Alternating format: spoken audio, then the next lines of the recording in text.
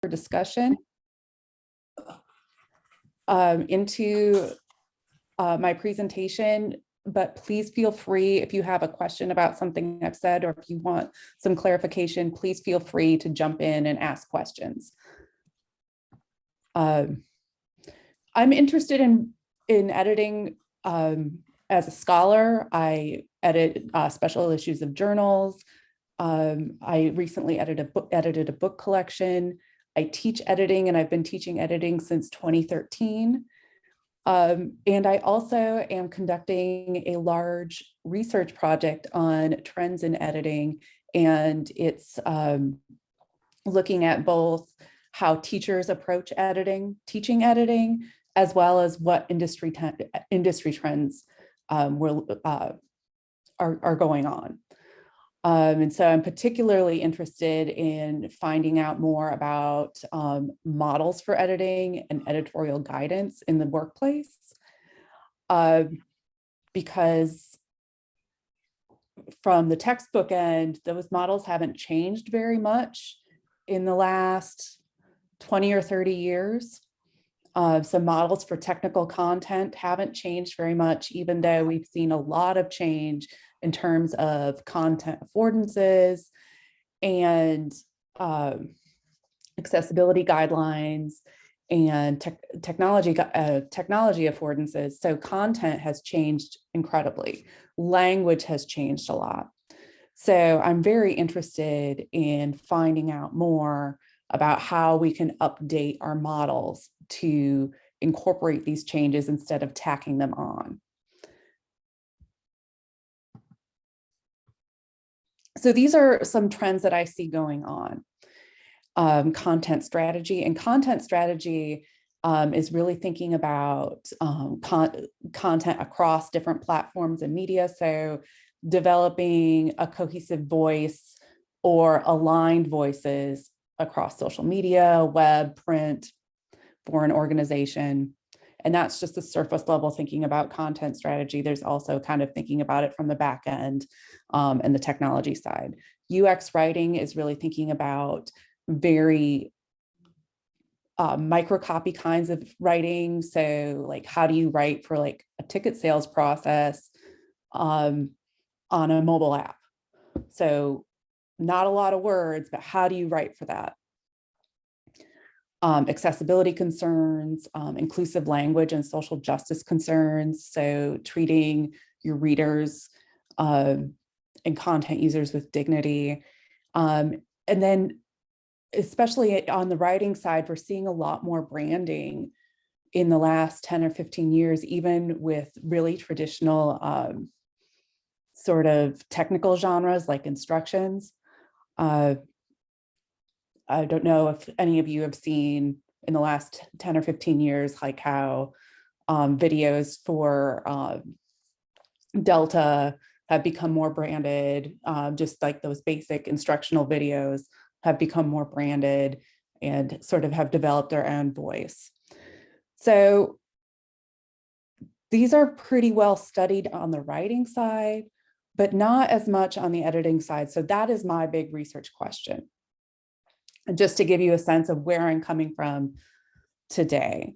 So as I'm going through these slides, I'll slip in sort of what my research findings have been and how I approach topics in the classroom, but please feel free to ask questions. And sometimes the answer is, this is what we think now, or this is being debated. So the first part of the talk is building a foundation for developing effective guidelines. So just talking about some common terms, we'll start with some basic terms and think about changes in style, and then thinking more about what to think about when you're developing your own editorial guidance. Does anyone have any questions or anything right now?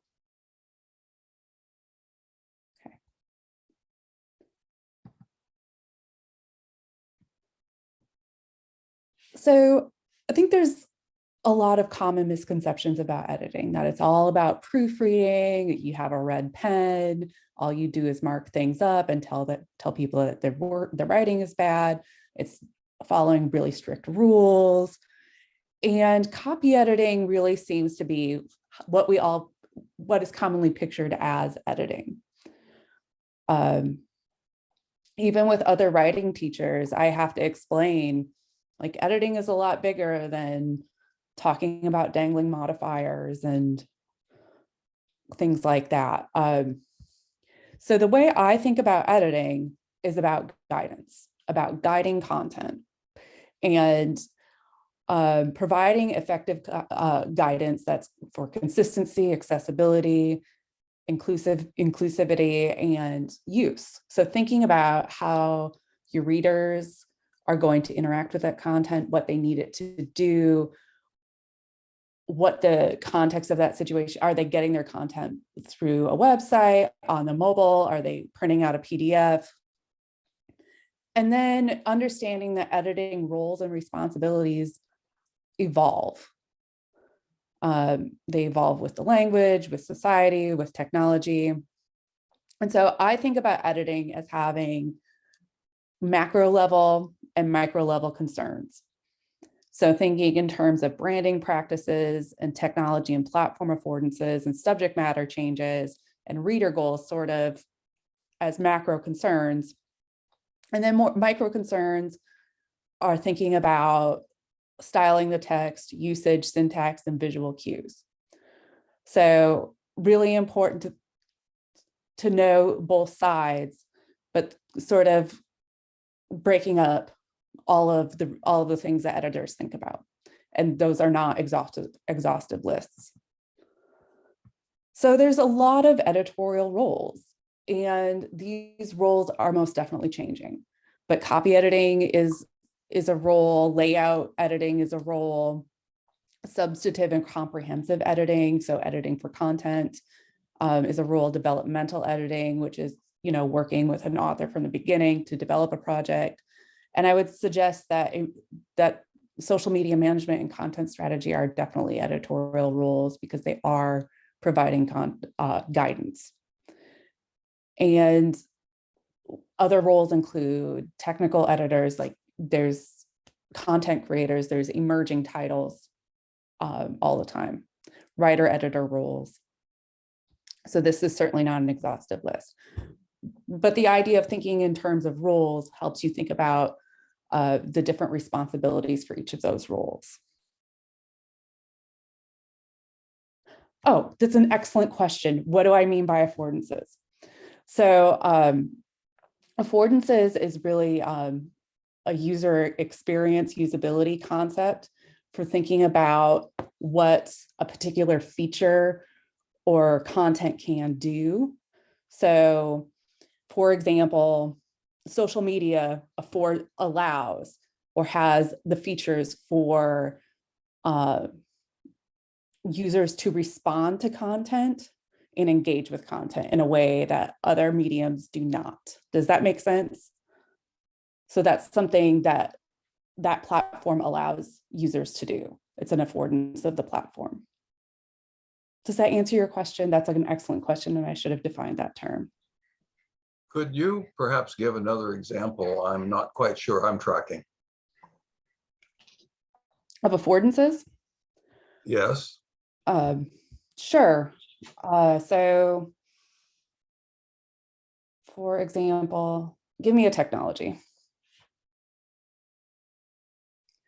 Okay, so right now we're using a platform that allows me to share my slides and have my picture appear to you at the same time. That's one of the features of this technology. That's something it affords me to do. Does that make sense?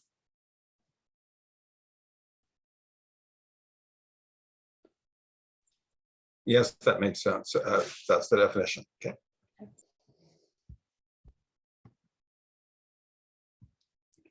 And then you think about how editing work really varies with your role, and understanding what your role is in a particular situation, unless it if it varies. If it doesn't vary, whatever your job is, like at all times, but you do not want to go outside your role too much, unless you're building really good relationships with subject matter experts. And then sometimes as a copy editor, they do want you to give them feedback on their content, but otherwise copy editing is very narrowly defined to think in terms of style and accuracy and not making major content changes. But editing is incredibly collaborative. You're working with clients and authors and subject matter experts. It evolves. You're helping authors develop their projects. And then there's always different kinds of content and topics. And I just touched on this.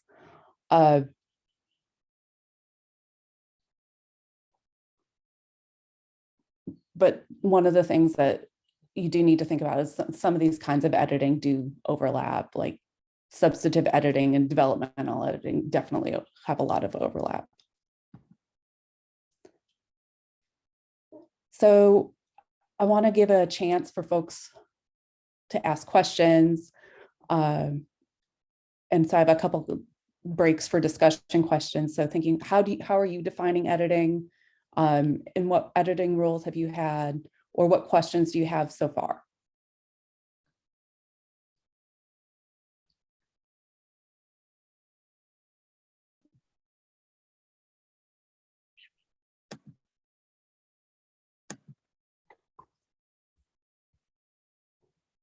Teresa.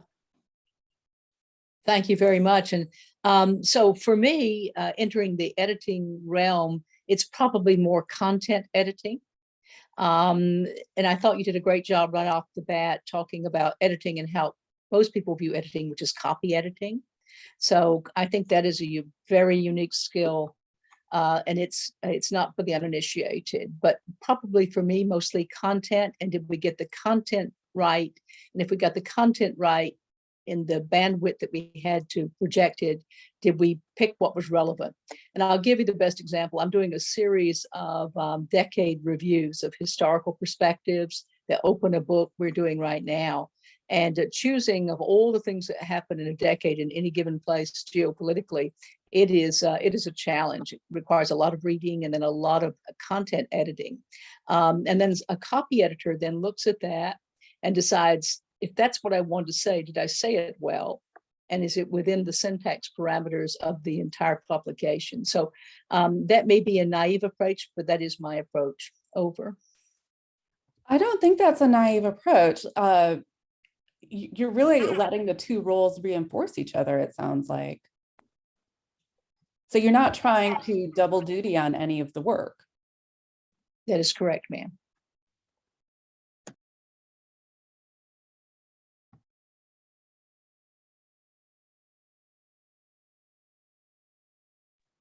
Anyone else have questions or anything they want to share, or if you want to disagree with me on anything?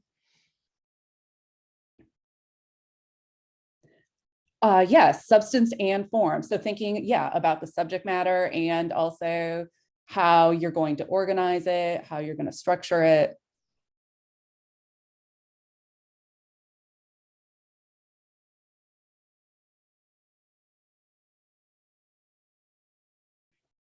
All right, I'll move on to the next slide.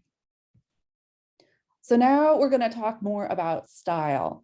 And in previous conversations, I understand that most of you use Associated Press style. Is that correct?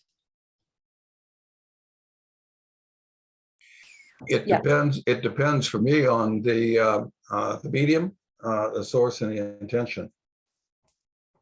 I really like that answer.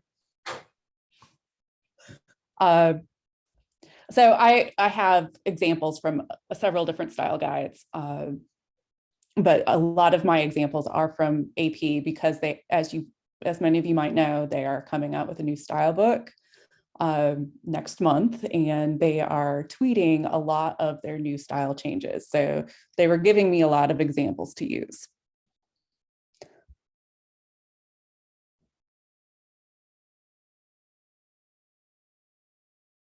Oh, that's awesome, Nanette. So you edit and you teach editing. And so that's awesome. So you use AMA. Primarily, I use AMA, and when I teach my students, I gave them about 13 different style sheets.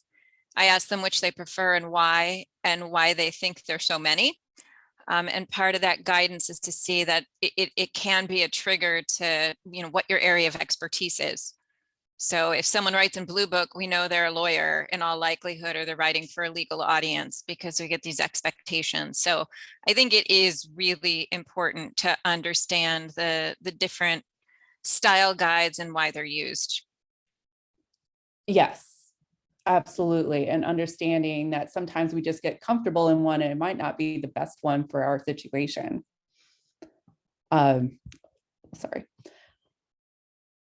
So I also like to think about style and tier in at least 3 tiers. And Nanette alluded to that when she started talking about style sheets. So thinking about style manuals at the top, your more generic APA, MLA, AP, AMA.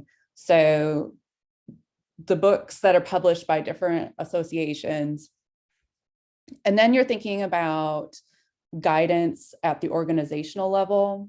So house and corporate style guides, and that can include branding guidelines, web guidelines, and social media guidelines, editorial guidelines for journals. And then you might be thinking in terms of individual style sheets. And all of these are going to align. So style sheets are, what I tell my students is style sheets are cheat sheets. They are to make sure your project is consistent. So the common rule, the common guidelines from the style manual can be included in there, so you don't have to be constantly looking something up. Something that you're going to use a lot. If you're going to deviate from that guidance, any specific formatting guidelines can all go into those style sheets. And Nanette, thank you so much for pointing out they will be different depending on your content, depending on what the document is going to look like. Where is it going to be published? What's the medium?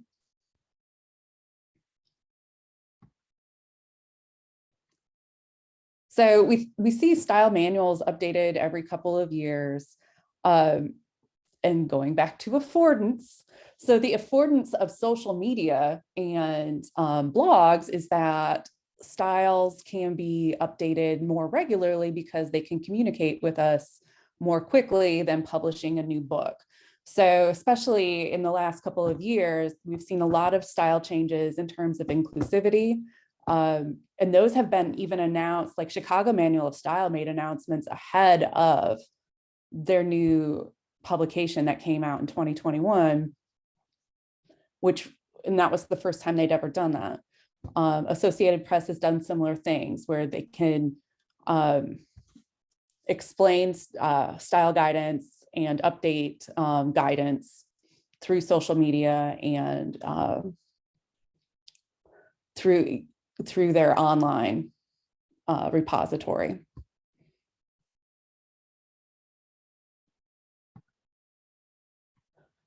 So this is one of the recent changes that will be coming out in the new AP style book. So including dementia. So AP style is a little bit different than some of the other style manuals in that it has a lot of specific information about topics. And because it's responded to journalists having to write about a variety of topics, it is giving specific information about different kinds of subject matter, in addition to other kinds of guidance. And then something like face recognition is evolving from what used to be used, the term facial recognition, as the technology gets updated and changes, usage changes. This is a new change that they have just announced. And then they're also thinking about terms and this isn't exclusive to AP. Several of the style manuals are thinking about how to be more inclusive, but AP is making their announcements. And also you'll notice at the bottom, the affordance of social media allows people to directly disagree with AP. So the guidance is evolving and it's being debated.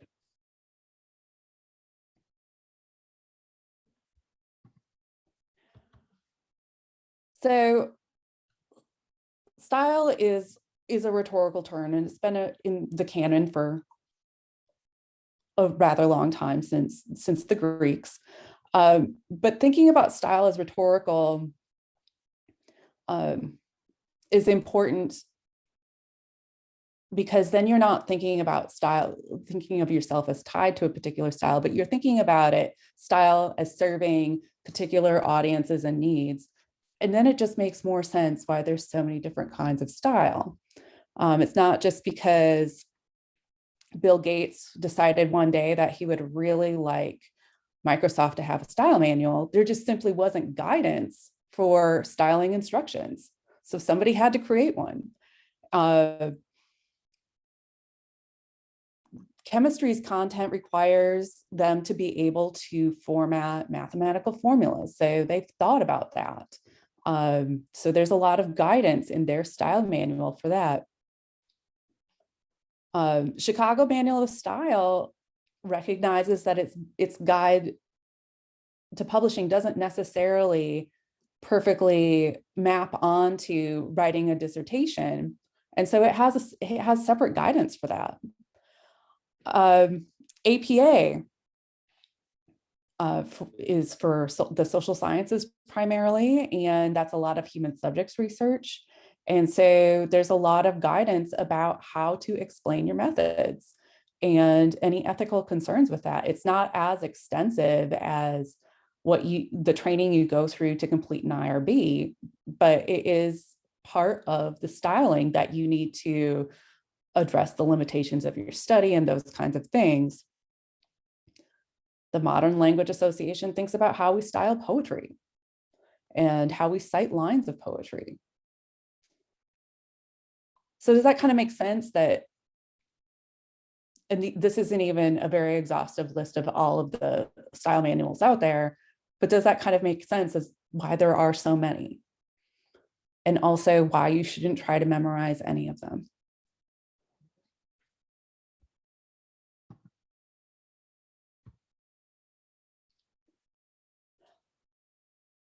And then one of the other kind of fun affordances of social media is that style manuals can sort of poke fun at each other and their rhetorical differences. And so certainly the New Yorker's style is very branded in hyphenating teenager still in 2022. They're still holding on to that.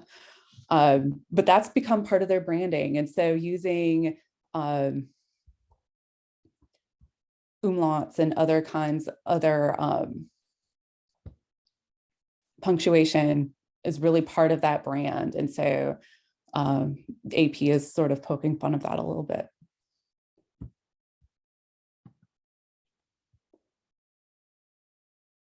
So these are some style trends that I am seeing: inclusive language, microstyle in UX writing. So writing for very important but short pieces of content. So writing for buttons and things like that. Social media management, thinking about developing voices for social media that aren't necessarily the same as the voice that's developed in other corporate communications, but somehow aligns.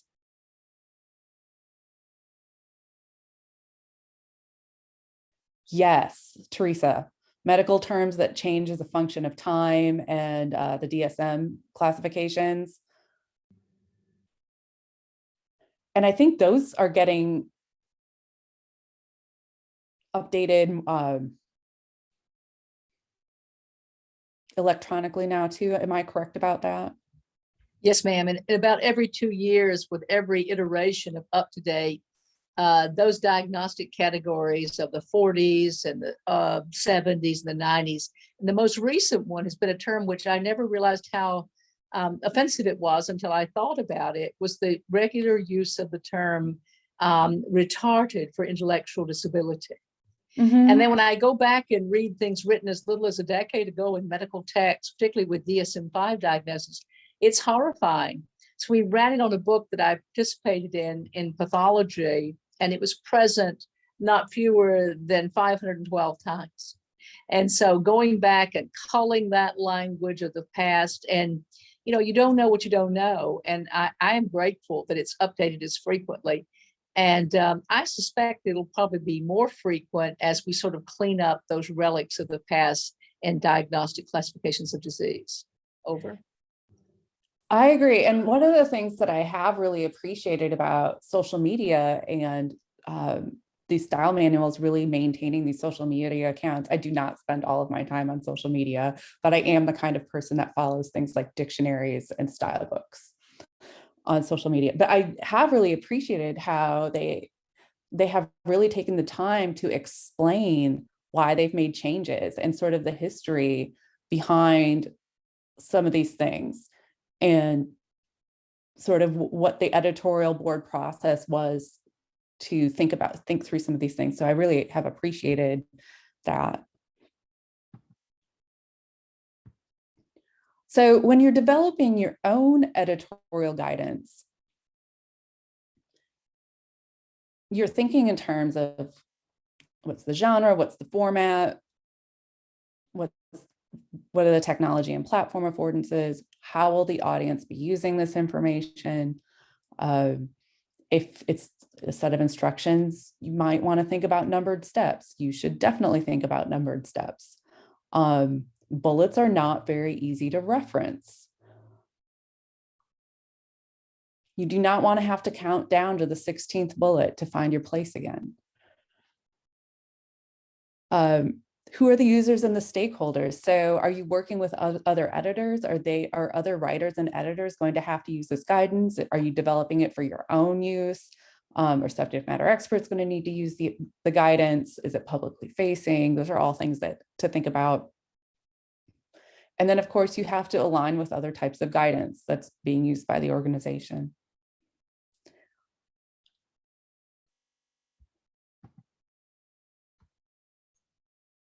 Question, are you opting and suggesting against use of bullets in breakdowns? I suggest not using bullets for developing instructions and procedures. Bullets are awesome. Bullets are awesome, but every semester, so I also teach technical and professional writing. And so I teach instructions quite a bit. And they're just not very numbered steps. It's easy to remember to go find your place in step 3, but trying to count down bullets every time, as you're usually using instructions while you're doing something. So you don't usually read them through, or you're using them after you failed at something. But instructions need to be referenced. So, but definitely, I definitely don't advocate against bullets. I advocate against bullets in that genre. Does that make sense? Okay. I am only concerned, occasionally cautious about inadvertent ordering of things when there is not a temporal order using numbers. Oh, I agree. Thinking, yeah, only using numbers do suggest an order. And so you're absolutely right. So, and they sometimes suggest evaluation. That's absolutely true. So yes, I wouldn't advocate only using numbers, and you're absolutely right. Thinking about when to use numbers and when to use bullets. And I generally advocate against those I don't have hard and fast rules about how students should follow their content when they're developing their instructions and procedures. But even using bullets in like their introductory framing piece and things like that can get confusing for the audience, but sometimes it's done well and works. Or sometimes bullets in sort of sub-steps works. But I agree. Bullets versus numbers is really about the content and how you want to order it and value it.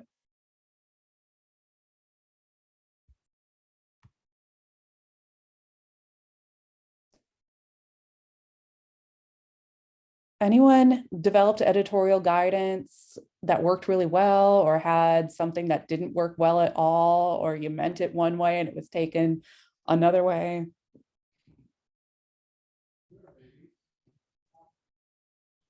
I will say in my research, a lot of freelance editors talk more about feel.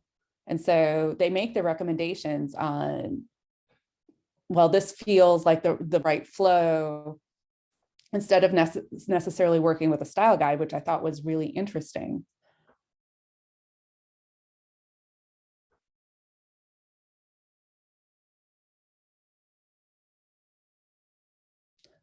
I'm a little concerned for some types of content, because accuracy becomes very important and part of the styling for certain types of content.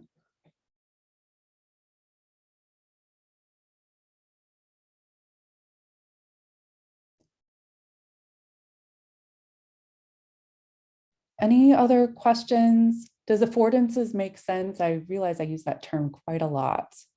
And so if it doesn't make sense, please let me know if I need to explain that further.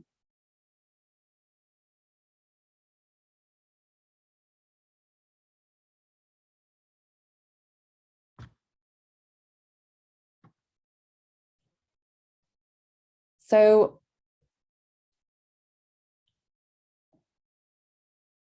Laura, I'd originally planned a break between the two. Do you want me to just keep going, or do you want us to have a break? I don't know. I think we could keep going unless I get a lot of feedback that we shouldn't, but I think we're flowing nicely. So why don't you continue if that's okay with you? That's definitely okay with me. All right, thank you. No problem.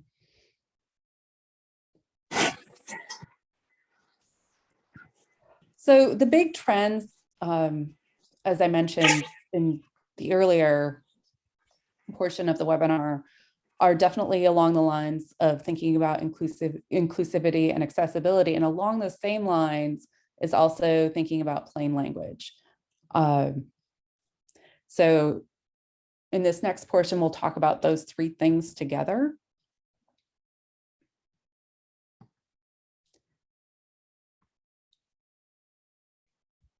And we'll talk about some key terms and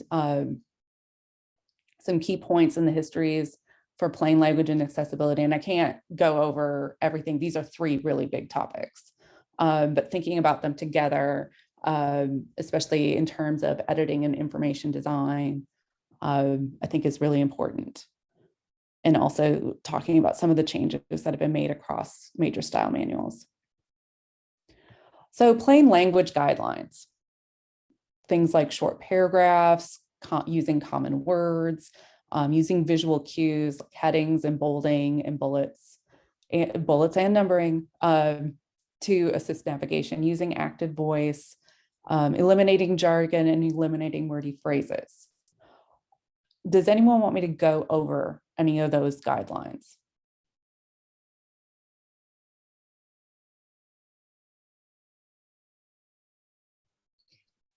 I have a question about jargon, Mhm. because depending on the audience you're writing for, so physicians and attorneys, I think, are notorious for jargon because that's part of the interaction and communication in healthcare. And so you ask for the time and you get, of course, how the watch is built. But I will tell you, writing within those groups, jargon works and it's an efficient way to speak. The minute it goes into Scientific American, or we're talking about pain management in the context of these very, very elite sort of magazines of the laity, it is not appreciated. And when I've had things submitted and had them edited, it was to reduce the jargon. So I think that's so audience specific to some degree. If I'm writing for Lancet, that's a very different discussion. And it's an expectation, but if I'm writing for Scientific American or another New England Journal is pretty good. They like a level of reduction of jargon that is pretty seismic from my perspective. But I do think it's a little bit specific to the audience. And I'd be interested in your thought. Over. I absolutely agree with you. Sometimes you do need to use the term. And in a couple slides, I'm going to explain things to think about when you're explaining terminology. Also, even when you're working in an environment where it's all medical professionals or in a workplace, you still have to communicate with other specialties. And so it is really important when you are using jargon to be able to explain it in a way. And sometimes you do need to use it to be able to explain it to a way that'll be meaningful to the audience. The other one that I sometimes take issue with is active voice, because active voice can be very direct. And there are certainly situations where you do not want to be necessarily super direct. So instead of active voice, I talk to students about emphasizing. Are you emphasizing the actor? Are you emphasizing the action? Or are you emphasizing the result? So if your boss made a mistake and everyone has to come in on the weekend, we're emphasizing the solution, maybe not who created the problem.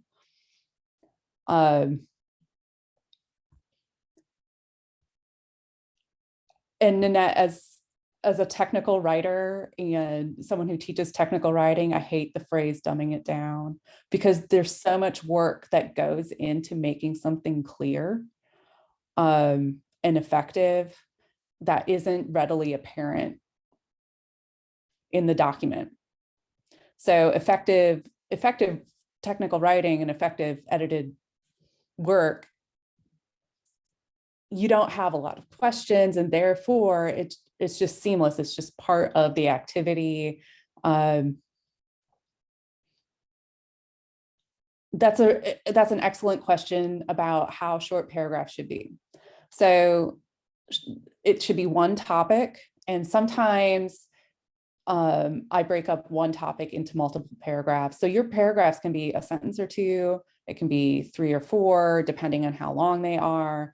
But what you want to avoid, and this is something I just brought up with my husband, who is a social scientist, in his opening paragraph, his big point was in the middle of the paragraph. And so you want to think about it in terms of visually, if you're thinking about how to scan information, how the main points will pop out at you if you're emphasizing the main point at the beginning of the sentence in the beginning of the paragraph. And your goal is just to make sure information isn't lost in the middle of a large chunk of text, and just making it easier to digest. So sometimes you do need to have a longer paragraph, but even if breaking that information up for your reader and just making it easy to scan and find information. Does that make sense? Does that help? Should have brought in his piece to show as an example.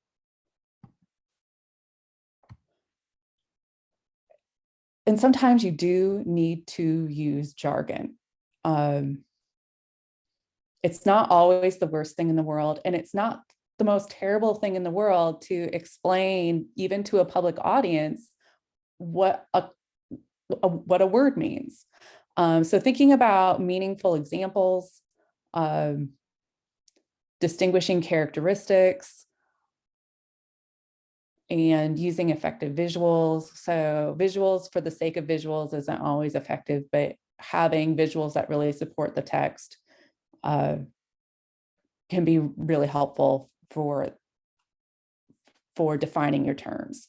And so a definition, just a single definition sentence Definition will classify the term into the broader category, identify at least one distinguishing characteristic, and then an application. And then if you're thinking about longer descriptions, when you're thinking about longer descriptions, you're adding to that. So you might be doing additional additional distinguishing characteristics. So the example that I will sometimes use with students is that a Roku player is a streaming device that you can use to watch Netflix. That is an incredibly useless definition, because there's a lot of streaming devices that you can use to watch Netflix. So you need to think about either a distinguishing characteristic that actually sets it apart from other things, or you haven't adequately defined the term. And sometimes you need to use a compare and contrast. So for example, if you want to explain something like knitting, sometimes it can be helpful to you to explain it alongside crocheting. But again, your audience would need to have a frame of reference. Do they know what one of those things is? The example that I'm using with my plain language class right now is, so I'm in Georgia. Most of my students have experienced at least one hurricane. I know I have experienced like 3 or 4 since I moved here in 2013. So we have a pretty good sense of what hurricanes are, but if you've never lived close to where you would have a hurricane, they're hard to imagine. But the definition that you find on the NOAA site is distinguishing hurricanes and typhoons. So you have to know what one of those things is. What does 55-mile-an-hour winds mean? Like, what does that mean? Yes, I know that 55 miles an hour is more than 35 miles an hour, but what does that mean? There's a question in the chat about common words. So they want you to think in terms of like syllables, plain words. There's a lot of good lists on the website. Plainlanguage.gov has some good lists that you can use. But if you're getting into like 3 or 4 syllables, one of the recommendations is to think, and that is a loose guidance, but and then also thinking in terms of having more specific verbs to describe when you're describing actions. So it's to make the action clearer. Yes, using analogies. Definitely making comparisons, using analogies. You're just thinking in terms of connecting to something that will be familiar to the other person.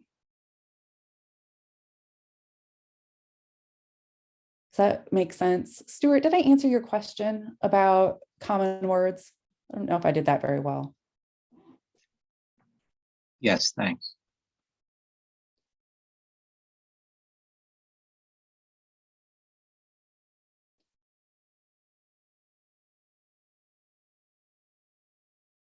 And of course, there's been lots of criticism and praise for different visuals that have come out during the pandemic, like Flatten the Curve.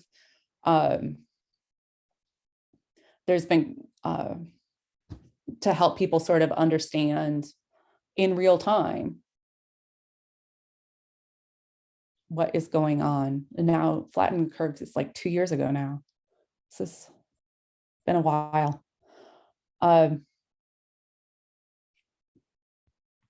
Does that make sense? Any other questions?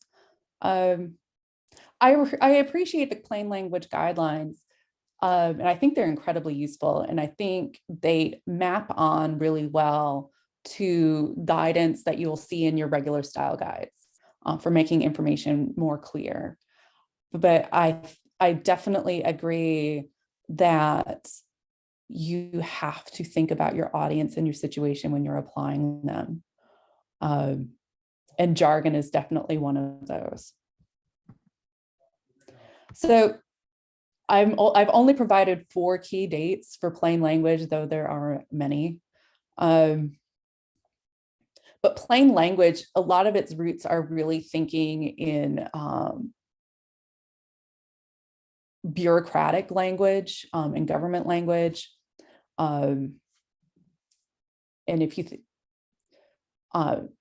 the technologies that were emerging in World War II and the documentation going with them or lack of documentation. So gobbledygook was coined in 1944.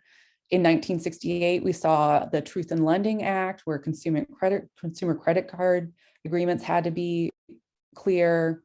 I don't know if you all remember in 2000, where ballot design definitely became a national concern, where the design of the ballot and if I'm remembering correctly, with the hanging chads, some of the decisions made in that ballot design were to assist the users, but they didn't think about it holistically, and it made the design of the ballot was unclear. And it was also very difficult to punch. And then in 2010, the Plain Writing Act, federal documentation is to be written in plain language. So I've certainly noticed the improvement on the student loan side, though there's still some work that could be done.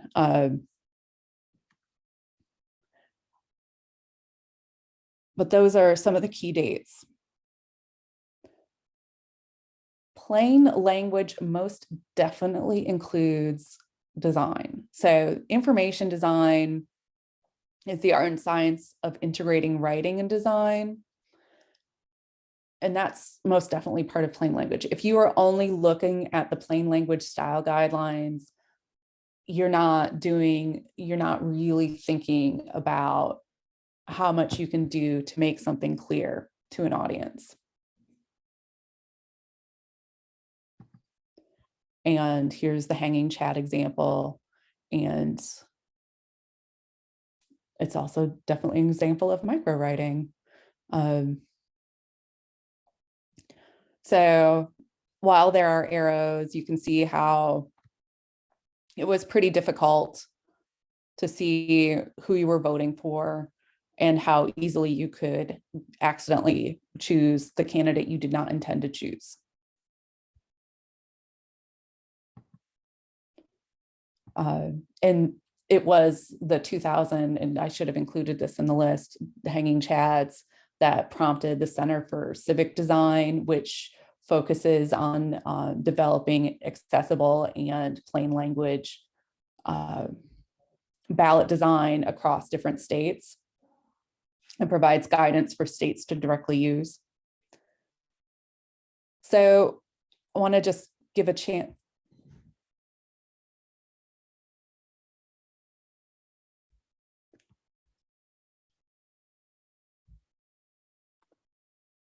Mark, I think you're right that both of those terms were used. I've heard it both ways, but I could be wrong.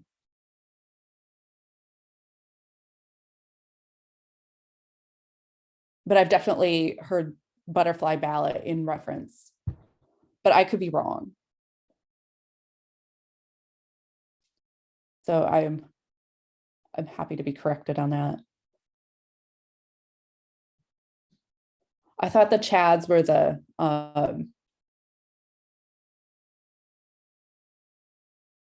when they poked through the holes, the little things that popped out. I could be wrong about that though. Thank you.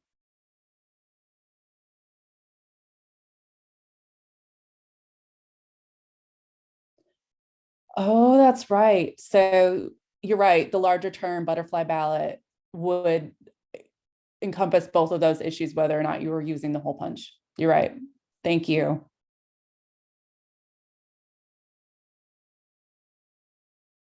Thank you. That's an awesome point. I will definitely update that example.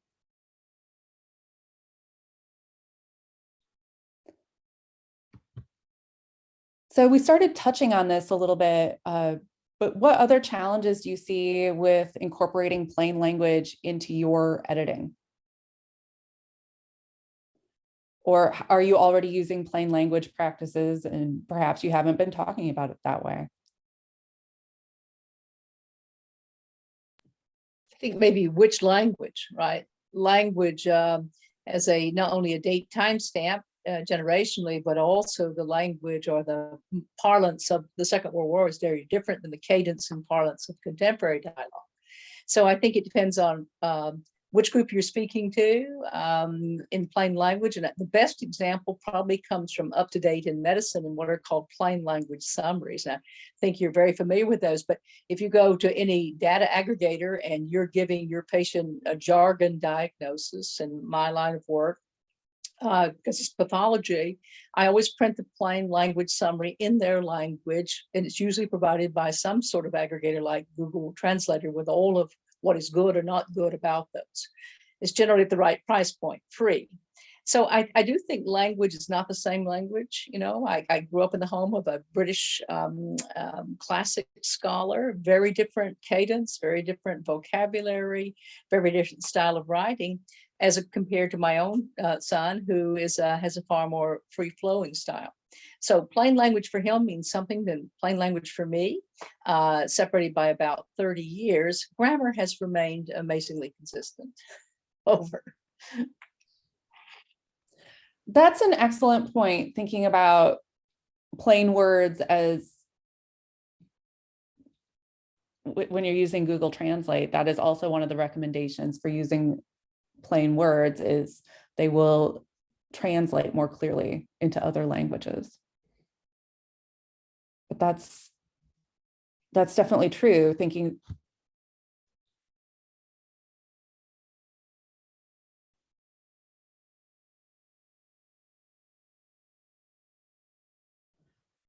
at what point does the use of a technical term become so commonplace it no longer needs an explanation? So PCR or polymerase chain reaction. If you're using an acronym, definitely spelling it out, and at least with the first use, and making sure that you then include the acronym. It never hurts, at least, even if your audience is really familiar with the term. So for example, this week, I am going to a rhetoric conference. And yes, we all know what rhetoric is. There'll be about 3,000 people there, and we will all be rhetoricians. But we don't all agree on what we mean by rhetoric. So, or your project is really helped by clarifying what aspects of rhetoric you'll be discussing, or how you're defining that term. So even within specialties, terms get contested. But even if you think everyone agrees on the term, defining it quickly in a sentence. So you don't necessarily always need a long, extended description of a term, just to make sure everyone's on the same page isn't going to hurt anything. And often helps with the clarity. So I'm sure everyone can think of a term in their field where it's like, we usually mean it this way, but sometimes you use it like this. Or terms that sort of cross boundaries of disciplines or professions, just to have that clarity. So it never hurts to define it, especially if it's central to understanding the whole document or the whole piece. Does that help? Yeah, I like to spell things out. So I think you've hit it spot on. All cancers are malignancies, but not all malignancies are cancers. Very, very subtle difference. Both plain language, technically plain language, and would appear in the summary, mean similar things to patient, very different things to providers, very different things to healthcare. So I think the point is so nuanced. I understand why I'd love to attend a rhetoric conference. I just think it would be amazing, because I'll tell you probably what doesn't overlap with rhetoric and logic. There are definitely the logic people that will like pick your stuff apart. it's, yeah.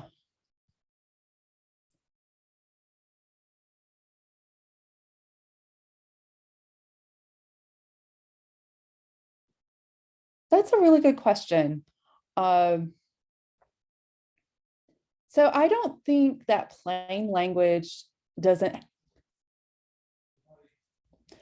I don't think that using plain language has to be like pages and pages and pages of one syllable words. You should still think about varying your sentences a little bit, because you're still thinking about your reader. And if you only have simple sentences, subject, predicate, that becomes so monotonous for your reader, it becomes, it doesn't aid in the reading. So you still, it's not like you won't have, you can still have nice prose. And providing description and explanation can still be done eloquently. It doesn't have to be see spot run. But I think what becomes hard is, and what I talk to students about is thinking in terms of concrete details. So moving past abstract to thinking about concrete details, thinking about examples, thinking about showing, not telling. So don't just tell everyone you're a hard worker. What details show that? And those kinds of details make the writing interesting. So, and if you want to bring in other vocabulary, you can do that by defining it quickly and making it clear what in context. But I don't think plain language has to be boring. At least I hope not. It's more about making the subject matter clear than making the subject matter boring.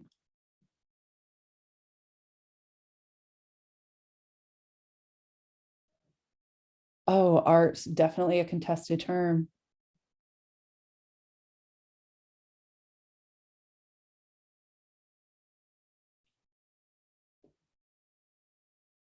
Even ethics is a term that we often have to explain what we mean by that in our fields.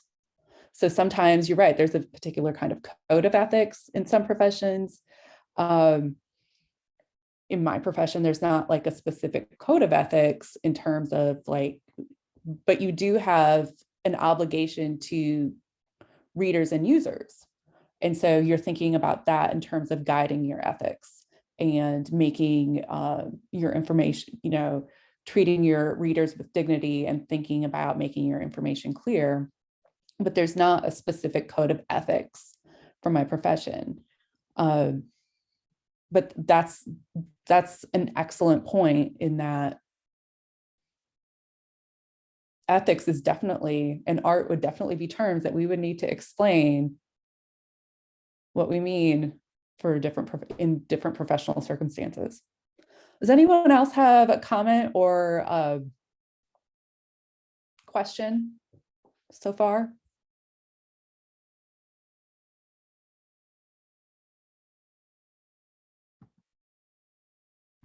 So moving to accessibility, and plain language and accessibility and information design and inclusive language, those all go very hand in hand. And that's not something I just made up.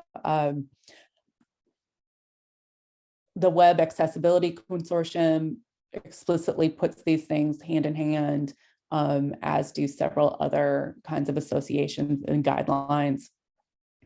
But some thinking in terms of accessibility, some kind of basic thinking in terms of the timeline.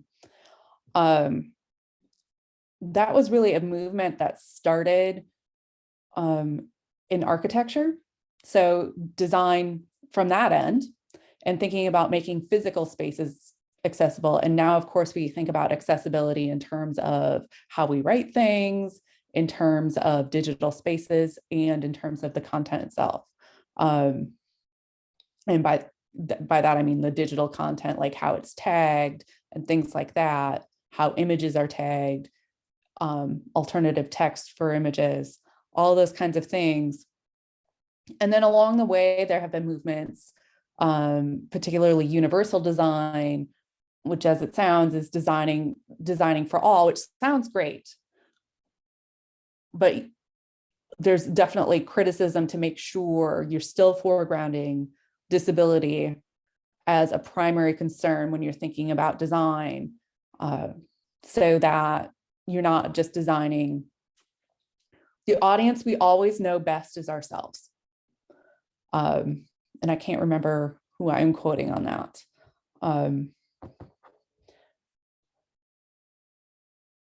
The Writing is Designing is a great book.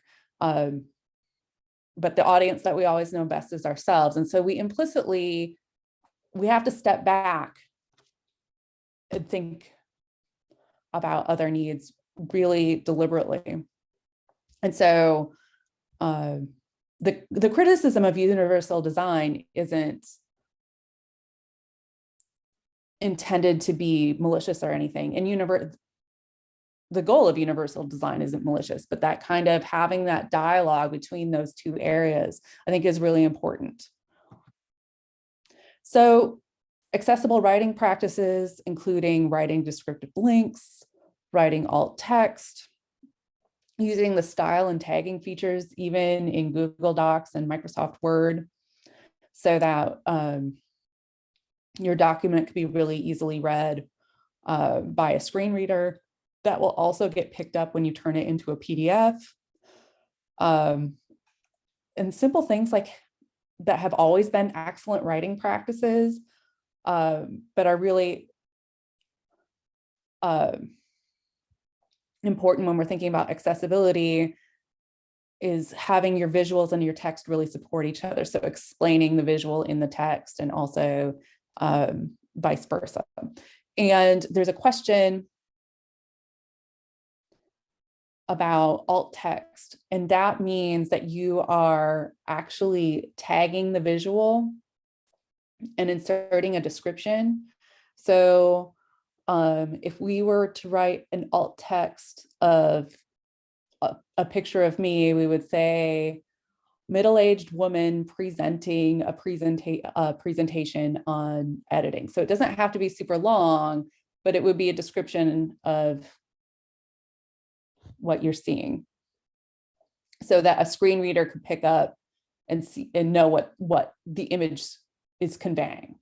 So what is the big idea of the image?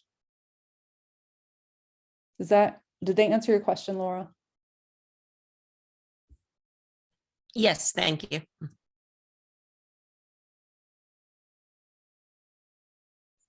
It seems to me that alt text can be highly revelatory of the writer's perception, and sometimes unintentionally steering and sometimes intentionally steering the viewer's perception. Am I missing something? No, say more. Well, the description you just gave would probably give a perception of my age grouping, of my orientation, as to whether we describe you as a middle-aged woman. I'm not being trivial about this, but what we put on as alt text for an illustration of any sort, I think has key value, not only in helping people understand the image, but in understanding who's written the alt text. Yeah. So if you're absolutely right. I think also it makes us think about whether or not it's a needed visual. So do we need a picture of me presenting in this document? Is that a necessary feature? So you're right, if your alt text isn't going to end up being terribly meaningful, is the image meaningful?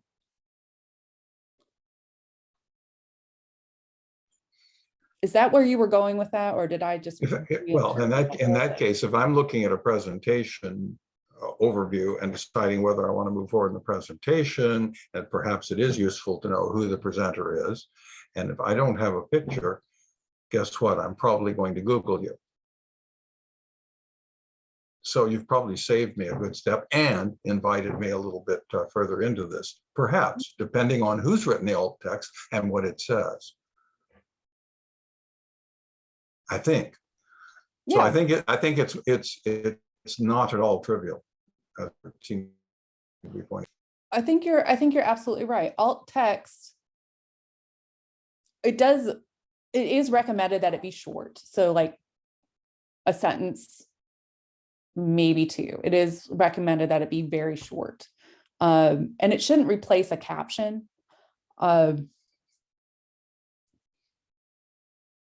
you're right that what you're choosing to emphasize as what's important in that image is a choice.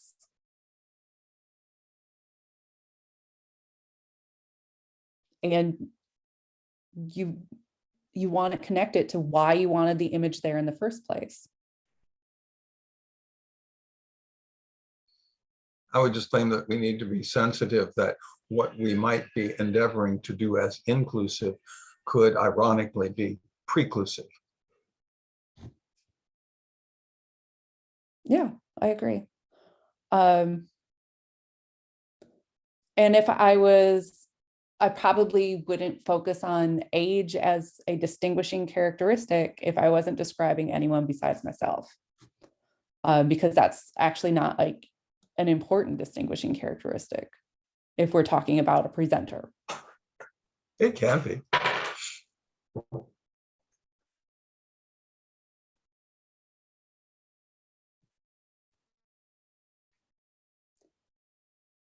Any other questions about this list?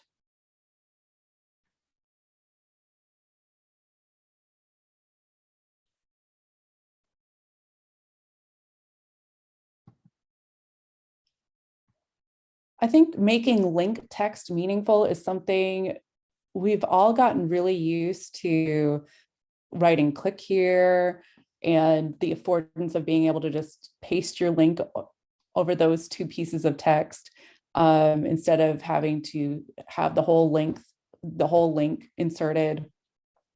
But for a screen reader, it's really helpful for you to actually describe what is being linked. So instead of saying click here, and also using the word click, a lot of our devices don't do that anymore. So stepping back from those words is also a recommendation. But something more descriptive like proposal documents is really helpful for screen readers. So that's what that recommendation means. Does anyone have questions?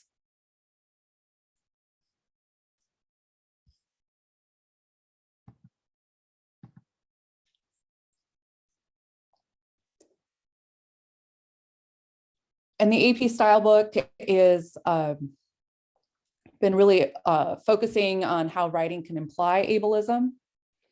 And again, they're tweeting a lot about their recommendations because they're getting everyone ready to buy the new version next month. But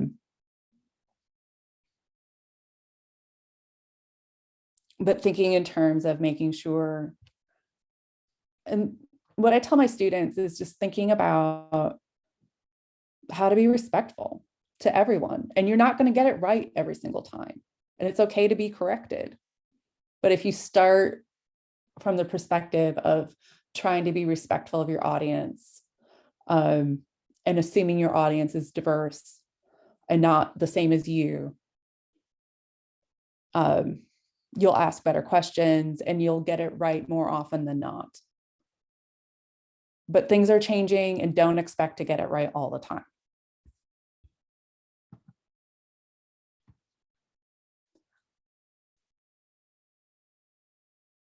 And accessibility is also really starting to think beyond physical and thinking in terms of neurodiversity. And so there is emerging guidance on how to make your content more accessible. And that's emerging, and it's not an area that I have enough expertise to tell you exactly what to do, but just to be cognizant that that is emerging advice. And certainly thinking in terms of not having a lot of stuff that's blinking for autistic users. They are developing fonts for dyslexic users, and those fonts are actually helping a lot of us read content more easily. So there is some emerging technologies, and I'm really excited.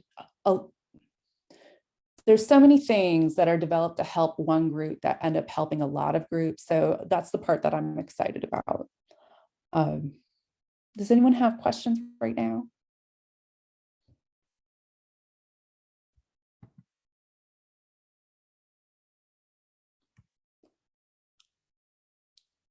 And then, of course, thinking about not defining people by their disability, that is not their whole identity.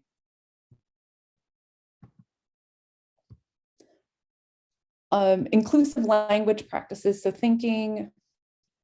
we started with plain language, we moved into information design, which of course, plain language includes information design and accessibility and inclusive language. All these things are connected.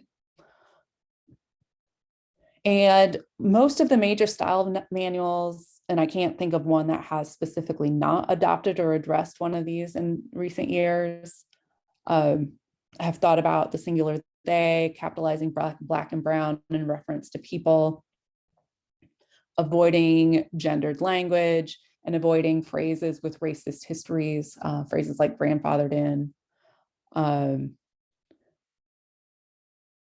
But there's a lot of gendered language out there. There's a lot of phrases. So if you having common phrases, kind of looking up to see if you can find their origins. The singular they, because again, I come from technical communication and not creative writing or literature, the singular they has always been popular just in terms of making content clear and concise. But of course, that's not the only reason that you should adopt the singular they.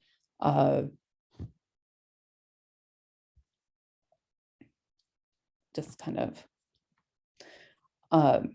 APA provides really specific guidance of two main cases where you should use singular they. And I think this is a pretty nice overview.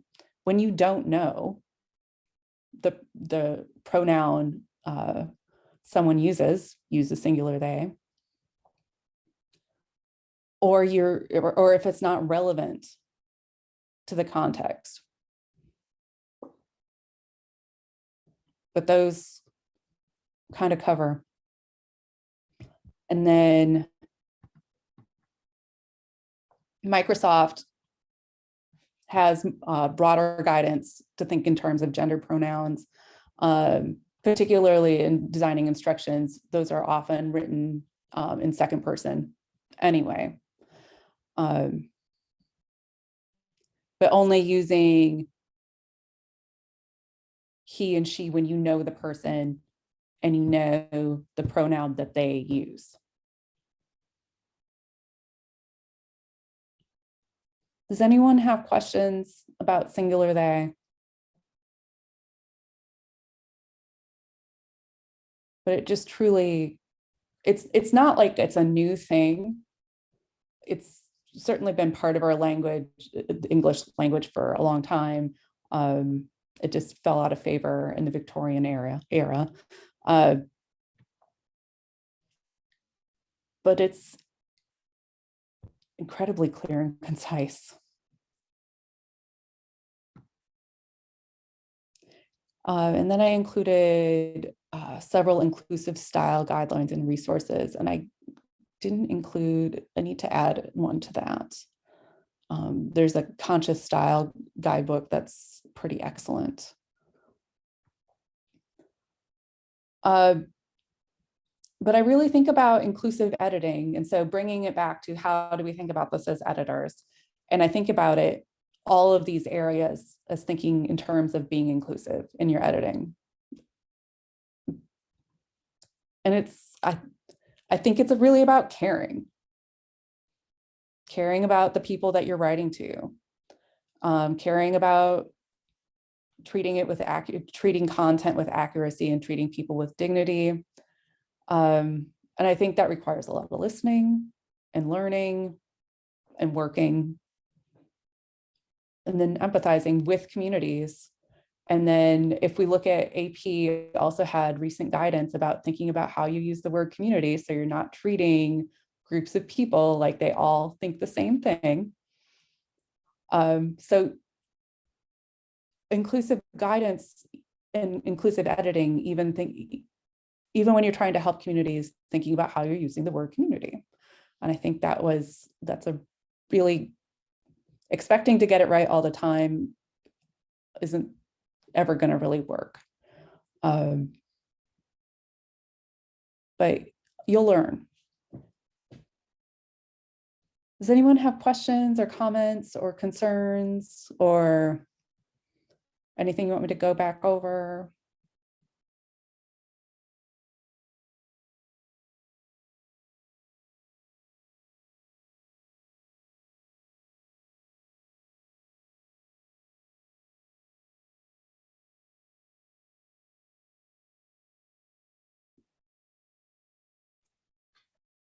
Feel like I might have glossed over some things, so please let me know if you want me to talk through something.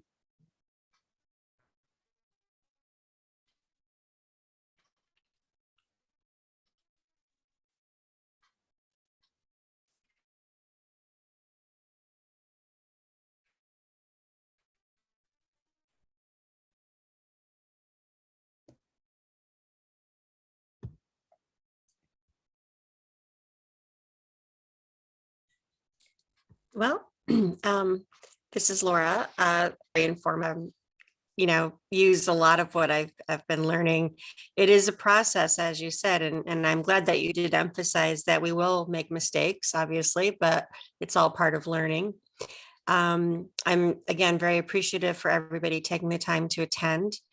I wanted to remind everybody that we do have another webinar coming up on July 19th with Paul Logan.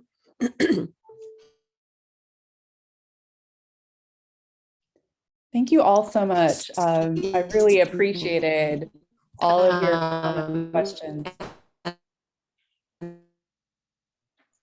I think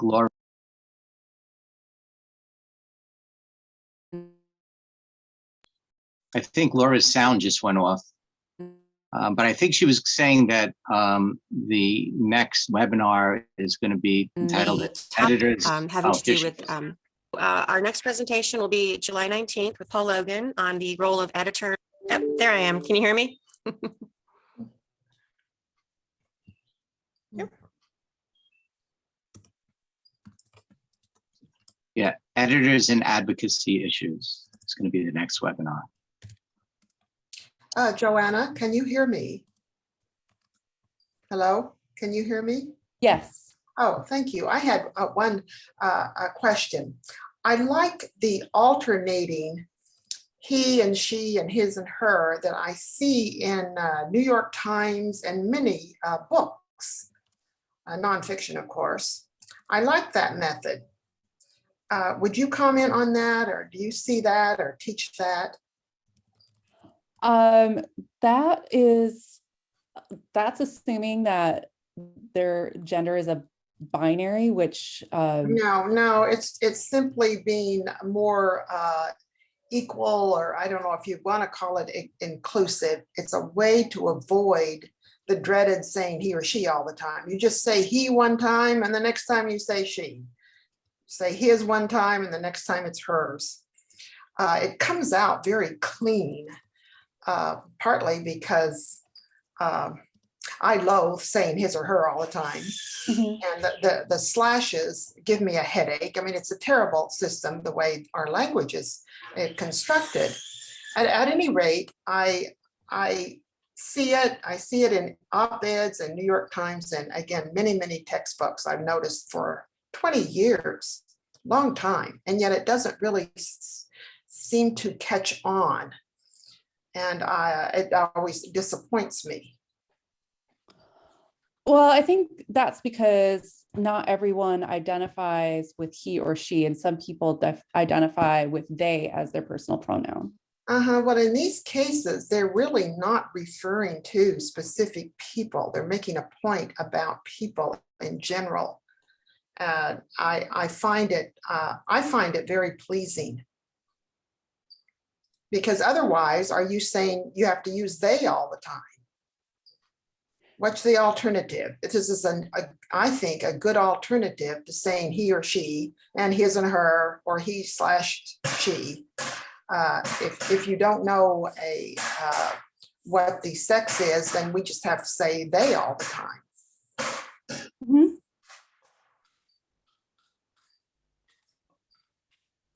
Yeah, they would be more inclusive.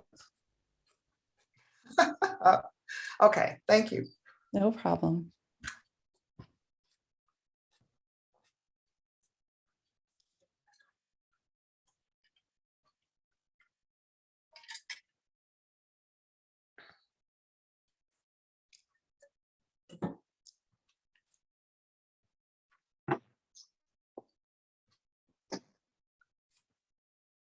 Does anyone else have questions?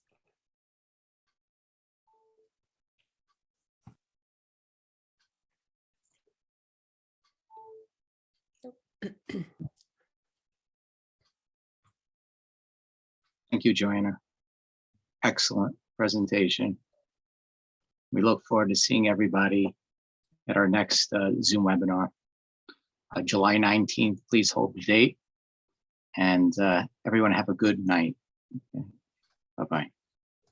Thank you. Thank you.